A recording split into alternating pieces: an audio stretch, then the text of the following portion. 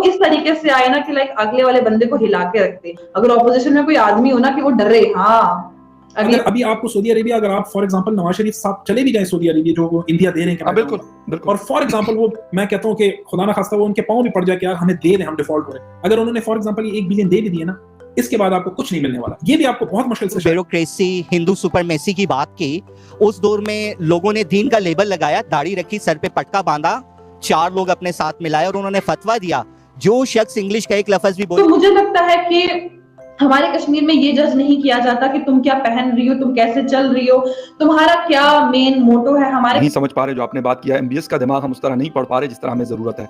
Raw के साथ उनकी जो इंटेलिजेंस एजेंसी है, उन्होंने कहा कि हम काउंटर टेररिज्म पे काम करेंगे।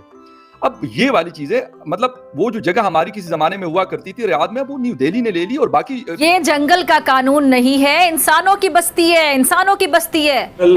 कमर जावेद बाजवा आजकल बड़े इंटरव्यू देते फिर रहे हैं, सुना है उनको जनरल आसिफ मुनीर का मैसेज भी गया है कि अपना मुंह बंद करके बैठ जा, फुजूल में बकवासियात बंद कर, हमारे लिए मुश्किलात पैदा कर रहा है। लेकिन अवाम को इन्होंने जहन्नुम से 2-4 कर दिया, और आज पूरी दुनिया में आपसे कोई हमदर्दी नहीं रखता, सिर्फ इंडिया रखता है। पूछे क्यों? जय हिंद दोस्तों, welcome to Know India Time. दोस्तों, जैसा कि आपने क्लिप में देखा कि पाक मीडिया डिस्कशन कर रहा है कि अभी अगर हम सऊदी अरब और बाकी कंट्री का पाव भी पकड़ ले तो हमें $1 बिलियन भी कर्जा नहीं देगा कोई, और दुनिया में कोई हमारे लिए हमदर्दी करता है तो वो इंडियन लोग ही है। इतना भी बुरा भला कहे, लेकिन फिर भी इंडियन हमारे लिए हमदर्दी रखता ही है। और दोस्तों, दूसरी तरफ ये भी डिस्कशन कर रहा है पाक मीडिया और इंडियन कश्मीरी बहन ने कि क्या इंडियन कश्मीर में लेडीज क्या पहनता है इससे जज किया जाता है कि नहीं, पाकिस्तान की जैसा। इसी में कश्मीरी बहन ने जवाब दिया कि ये इंडिया है, पाकिस्तान नहीं। दोस्तों, आइए पाक मीडिया का आगे का चर्चा सुनते। अगर वीडियो अच्छा लगे तो like, comment, share and subscribe कर देना प्लीज। से आर्टिकल 370 हटा और एक बड़ी खुशी आई कश्मीर में और बहुत अच्छे अच्छे काम होना शुरू हो गए। तो पहले ये होता था कि इंडियन जो लोग थे वो आके यहाँ पर इन्वेस्टमेंट नहीं कर सकते थे, अपने लिए घर परचेज नहीं कर सकते थे, और बहुत से ऐसे लड़के भी थे जो चाहते थे कि हम जो है ना कश्मीर वाली साइड से शादी करें, कश्मीरी लड़की से शादी करें। तो वो थोड़ा सा एक गैप था। अब आपको क्या लगता है कि ये कश्मीरी लोग जो हैं इंडिया के जो डिफरेंट स्टेट हैं उनके साथ रिश्तेदारी जोड़ेंगे कि नहीं? यार ये क्या पूछ लिया यार आपने।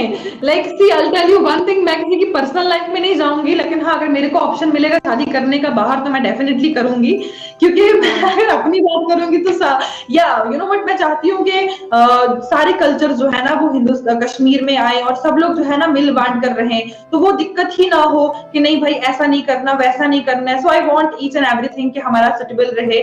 अगर हम लोग को शादी ब्याह करना है तो हम लोग कर सकते हैं। आपने कहा कि आर्टिकल 370 के बाद, आर्टिकल 370 के बाद ऐसी ऐसी चीजें कश्मीर में हुई ना जो शायद ही कश्मीरियों ने एक्सपेक्टेशंस में रखी थी, जो शायद ही कश्मीरियों ने सोचा था कि उनके लिए इन फ्यूचर ऐसा कुछ होने वाला है।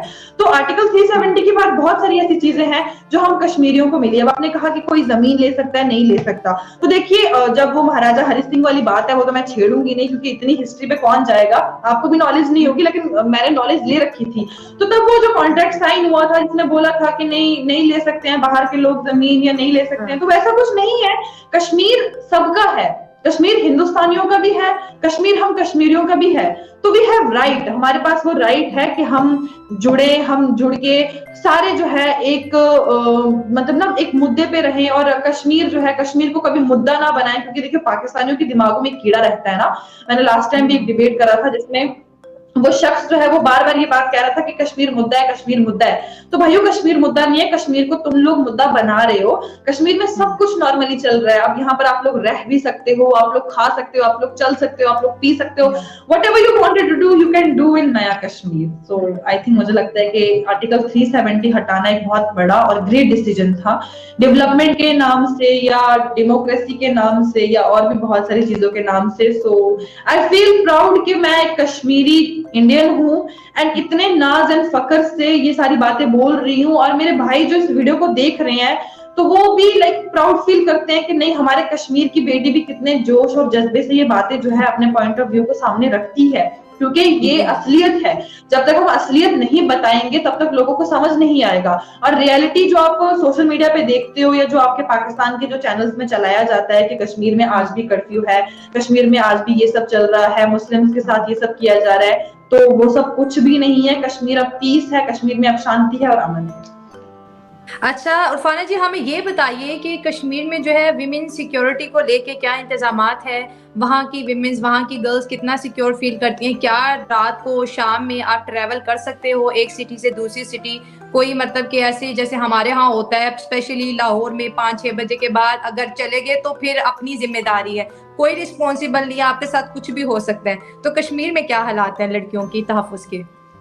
सबसे बड़ी चीज तो कश्मीर में साइबर सेल है, और साइबर सेल एक ऐसी चीज है जो 24/7 ऑन रहती है, और वो किसकी सेफ्टी के लिए है? वो वुमेन्स की सेफ्टी के लिए है। आपने कहा कि आपके लाहौर में ऐसा होता है कि 5-6 बजे के बाद अगर कोई लड़की बाहर निकलेगी तो वो उसकी खुद की रिस्पॉन्सिबिलिटी है। हमारे यहाँ ये होता है कि अगर ये लड़की 5 से 6 बजे बाहर निकल रही है तो पहले किसके साथ निकल रही है वो रिस्पॉन्सिबिलिटी है, कहाँ जा रही है, किसके पास जा रही है उसकी रिस्पॉन्सिबिलिटी है। For example if I wanted to do I want travel, मुझे ट्रेवलिंग करना अच्छा लगता है, आई लव ट्रेवलिंग, तो अगर मुझे ट्रैवल करना है तो फर्स्ट मैं उस ड्राइवर की रिस्पॉन्सिबिलिटी हूँ जिसके साथ मैं जा रही हूँ, और वो अपनी रिस्पॉन्सिबिलिटी को पूरे अच्छे तरीके से निभाता है। आफ्टर दैट मुझे मेरा रिस्पॉन्सिबल वो है जिसके मैं होटल में जा रही हूँ, जो मैंने बुकिंग कर रखी है, वो उस तरीके को पूरे तरीके से देखता है। सेकेंडली जो मैं कैब वाले को बुलाती हूँ और मैं जो बाहर जाती हूँ तो वो कैब वाले की रिस्पॉन्सिबिलिटी है। तो हमारे जम्मू कश्मीर में ऐसा होता है कि हमारे जम्मू कश्मीर में हर शख्स की रिस्पॉन्सिबिलिटी है लड़कियों की सेफ्टी, लड़कियों को बचा के रखना, और अगर कोई नहीं भी करता है तो साइबर सेल किस लिए है? Tell me one thing, cyber cell बनी है किस लिए है? वो भी फीमेल्स के लिए बनी है। आप 24/7 कभी भी कहीं पे भी कॉल कर सकते हैं, आपके लिए फीमेल सिक्योरिटी हमेशा अवेलेबल रहेगी। आपको कोई प्रॉब्लम हो, हमेशा पुलिस जो है वो फीमेल्स के शाना बशाना खड़ी रहती है। सो आई क्योंकि दे आर हाईली एजुकेटेड, उनको बिफोर टाइम ये बात समझ आ गई कि उन्हें समझ आ गई है, उन्हें आ गई, हमें आना बाकी है, उन्हें आ गई। उन्होंने कहा हमारी लड़ाई आपसे नहीं है, हमारी लड़ाई है, हम लड़ रहे हैं मैशत के लड़ रहे हैं कि India is world number 1 economy. तो चाइना से भी उसका इशू चल रहा है, पाकिस्तान को तो खैर वो हमें उसमें नहीं लाता है। अगर आप इसको एक जर्नलिस्ट की आंख से देखें तो आप यकीन जाने इनको अवाम को इन्होंने जहन्नुम से दो चार कर दिया, और आज पूरी दुनिया में आपसे कोई हमदर्दी नहीं रखता, सिर्फ इंडिया रखता है। पूछे क्यों? हाँ बताएं, यहाँ पे हमें तो बताया जाता है, मैं भी ये जो लोग खड़े इनसे कहूंगा कि भाई इंडिया हमदर्दी रखता है, वो कहेगा वो पागल हो, इंडिया तो नफरत करता है। कहते हैं खून को खून से रोकती है, यही ब्लड उनकी रगों में दौड़ रहा है, यही ब्लड इनकी रगों में दौड़ रहा है। तो सर ये नेचुरल है कि खून अपने खून को पिटते मरते नहीं देख सकता। ठीक है, धर्म अलग, मजहब अलग, वो भगवान कहते हैं या अल्लाह कहते हैं, वो बेटे का नाम शंकर रखेंगे या अब्दुल्ला रखेंगे, लेकिन जब खून पे बात आती है ना तो ये भी इकट्ठे हो जाते हैं। जो भी है हमारा भाई है, उसका धर्म दीन उसके साथ ऊपर वाला जाने, ऊपर वाले ने फैसला करना है। अब उनको दुख हो रहा है, वो कहते इतना बुरा तो हमने नहीं मारना था जितना गैर मार रहे हैं। सर आप अगर प्लानिंग नहीं करेंगे, एक चीज को आना का मसला बनाएंगे पर्सनल इंटरेस्ट के लिए, एक शख्स जाल लगाता है, उसमें 4 कबूतर फंसते हैं और एक उल्लू फंसता है, तो उल्लू सबसे ज्यादा रोता है। कबूतर कहते हैं ये काटेगा तो हमें पका के खाएगा, तुम क्यों रो रहे हो, तुम्हें छोड़ देगा। कहता है ये एक दीनी आदमी है, इसका कोई भरोसा नहीं, फतवा दे दे 4 कबूतर के साथ उल्लू भी हलाल है, तो हमारे यहाँ उल्लू को हलाल किया जा रहा है। इतनी सख्त बात करेंगे तो शायद आप पे भी फतवा लग जाएगा। इंडिया पाकिस्तान के लोग तो फिर भी हाथ मिला लेते थे, इन्होंने तो कौम को ऐसे डिवाइड कर दिया है कि लगता है 2 अलग अलग रियासतें और अपनी आजादी की जंग लड़ रही। आप इंडिया को भूल जाएं, यहीं पे जम्मू बन गया, यहीं पे इंडिया बन गया, यहीं पाकिस्तान बन गया। सर